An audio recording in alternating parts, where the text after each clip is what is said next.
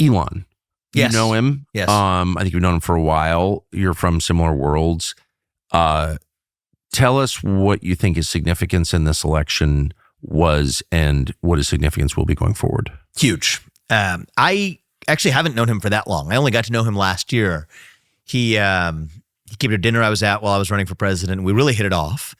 I like people who are extremely intelligent, and he is in the category of extreme intelligence. He's somebody who is not only able to, but requires himself to be doing multiple different things at the same time. And he's better individually at each of those things because he's also doing those other things at the same time. But I think that his significance was twofold. One is he really expanded that permission structure we were talking about earlier for people who are elite in America, people who define their status based on the number of dollars in their bank account, which I think is probably the wrong way to look at your own status as a human being. But, we all have our biases. If the richest man in the world and the most successful self-made man in human history can publicly state his support for Donald Trump, then there's nothing stopping me from doing so. Exactly. If I believe that's the right answer to it. And he's pretty darn smart, actually. So if this guy both can do it from a social perspective, but also is as intelligent as he is to send rockets to outer space and back more intelligently than the U.S. government has, ever, if he can kind of do the analysis and say that Donald Trump's going to be the right choice for the future of the country, then you know what? Maybe I should do some simpler thinking of my own and have the courage to arrive at the same place. So in terms of blowing out that permission structure, like that was certainly what I consider to be one of my responsibilities over the last year. But the person who really blew that out, bar none, was Elon when he came out publicly endorsed Trump. And I love the way he did it because it was clearly he was just moved by the fact that, okay, he was maybe thinking about it. Who knows where exactly he was in his journey right there. He and I talked at various points, but I don't know that he was going to come out and publicly endorse Trump in the way he did. But there was this supernatural event. I do think it was a divine moment in American history where we averted a national disaster by about 2 centimeters. And Elon just said, okay, it's done. I'm doing this. He's an American hero and I'm endorsing him. I thought that was number one. Number two was on just the execution of it too. In this election, Pennsylvania was, it turns out Donald Trump would have won regardless, but Pennsylvania was the key that allowed us to really secure this victory and to just go in and say, I've got a lot of political consultants and a lot of people in traditional Republican Party apparatuses who have, tried to figure this stuff out and say, no, I'm just actually going to figure it out myself directly and understand here's low propensity voters. I'm going to personally go and talk to them myself. I'm going to spend 9 figures or whatever it was in the end. I think it was at least 9 figures to actually make sure that we get the job done. And then get the job done, I think was essential actually to this victory. And so I hope he's an essential part going forward of saving the country and using this mandate to shred to pieces that federal bureaucracy you and I talked about earlier.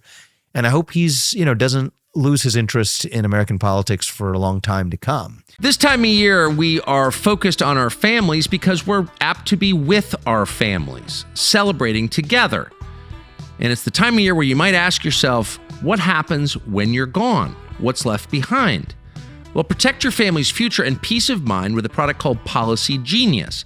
Policy Genius has one goal: to make it easy to find and buy life insurance, so your loved ones have something when you're not here. Something they can use to cover debts and expenses if something unexpected happens, because unexpected things do happen. With Policy Genius, you don't need to struggle to do this. You can find life insurance policies that start at $292 per year for $1 million of coverage. Some options are 100% online, and that lets you avoid unnecessary medical exams, which is always good. Policy Genius combines digital tools with the expertise of real licensed agents. You compare quotes from America's top insurers side by side for free, and there are no hidden fees. Their licensed support team helps you get what you need fast so you can get on with your life. Join thousands of happy Policy Genius customers who left 5-star reviews on Google and Trustpilot. So secure your families tomorrow so you have peace of mind today. It's easy. Go to policygenius.com/Tucker to get your free life insurance quotes and see how much you could save. Again, it's policygenius.com/Tucker. You and I think have been on the side of, because you hear this objection now coming up, which actually infuriates me about, oh, well, what about all of a sudden now, after 14 years of being silent on this from the left, we don't like this influence of money in politics. Well, okay. Trump got outspent 3-1. Exactly. 3-1. Exactly. Shut up. In the swing states, right? So long as we have the game, and I think that this is something for our side to, man up into as well, is if you're going to play the game, like you got to compete, actually. And we can't just win this against the so-called successful or elites or whatever. No, like actually we are better off if we have our own cadre of superhuman heroes who are able to, with their own unique skills, be they cultural leaders or business leaders or whatever, to have our own version of our, special forces. Well, especially as well. since nobody, I don't like most political donors. I know them all, and most of them have creepy agendas, or they just want to get their picture taken with a politician, which is like a very low motive in my view. Yeah. Elon is not unique, but he's very unusual in that he doesn't really want anything. Yeah. He doesn't really want anything. I mean, he certainly doesn't need anything. That's what I'm saying. He has a lot to lose, but he certainly doesn't. No, but he doesn't want anything for himself. Like he's not in it. Yeah. Obviously, not in it for the money. Yeah. And there's something uniting about it. He was not a conservative. I mean, the whole Trump phenomenon is, if you take 3 steps back, unifying. Yeah. I think this is a unifying moment. Orthodox Jews in Brooklyn voting for Donald Trump. Yeah. You had Muslims in Southeast Michigan voting for Donald Trump. It was awesome. You had sugar cane workers, the people who cut the cane in Florida, and the people who own the ranches, right, all voting for Donald Trump. You had North Georgia, white rednecks, and you had black men in Atlanta, all voting for Trump. Totally. And then above them all is Elon Musk, who's like just sort of this figure who's above politics. He's for Trump. I don't know. There's something. Yeah, it was part of it was in some ways. In some ways, you could say like, what was the causal link that he played if you were wearing an analytical hat? I think it was huge.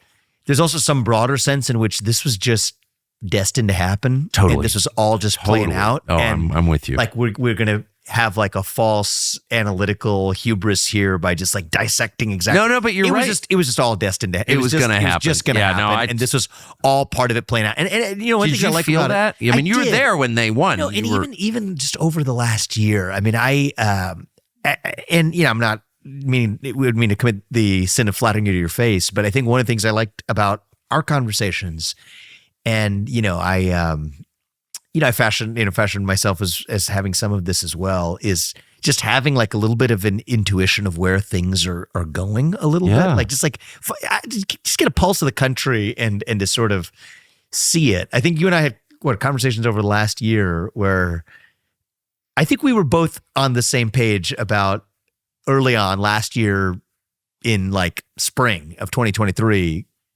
being both convinced that Joe Biden was not going to be the nominee. Yeah, that's right. And that you said it many times. And there's some darker ones that you and I think sadly predicted, but were wrong about by 2 centimeters. Yes, exactly. Thankfully. And even the idea that this was going to be a landslide, you could just sort of feel it, right? Totally. It was just in the ether. And so in some sense, like at our very best, we might kind of smell it coming, but it was coming either way. No, I think that's right. And so I think the more we remember that actually is, I think, what's uniting. Actually, once you see that, that's really uniting. The idea that it's not being done by us, actually, it's being done through us. Like that's a liberating feeling. And in that sense, you and I or any other everyday American is united with an Elon Musk to Donald Trump. Like we're all part of, I think, a higher plan. It's being done through us. This was coming. It was going to happen, one factor or not. And,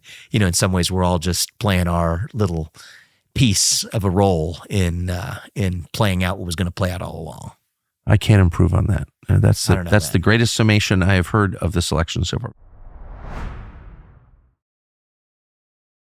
Thanks for watching our YouTube channel. We hope you'll subscribe to it. And by the way, you can hit the little bell on there and get notifications every time we produce a video. We hope you'll do that also.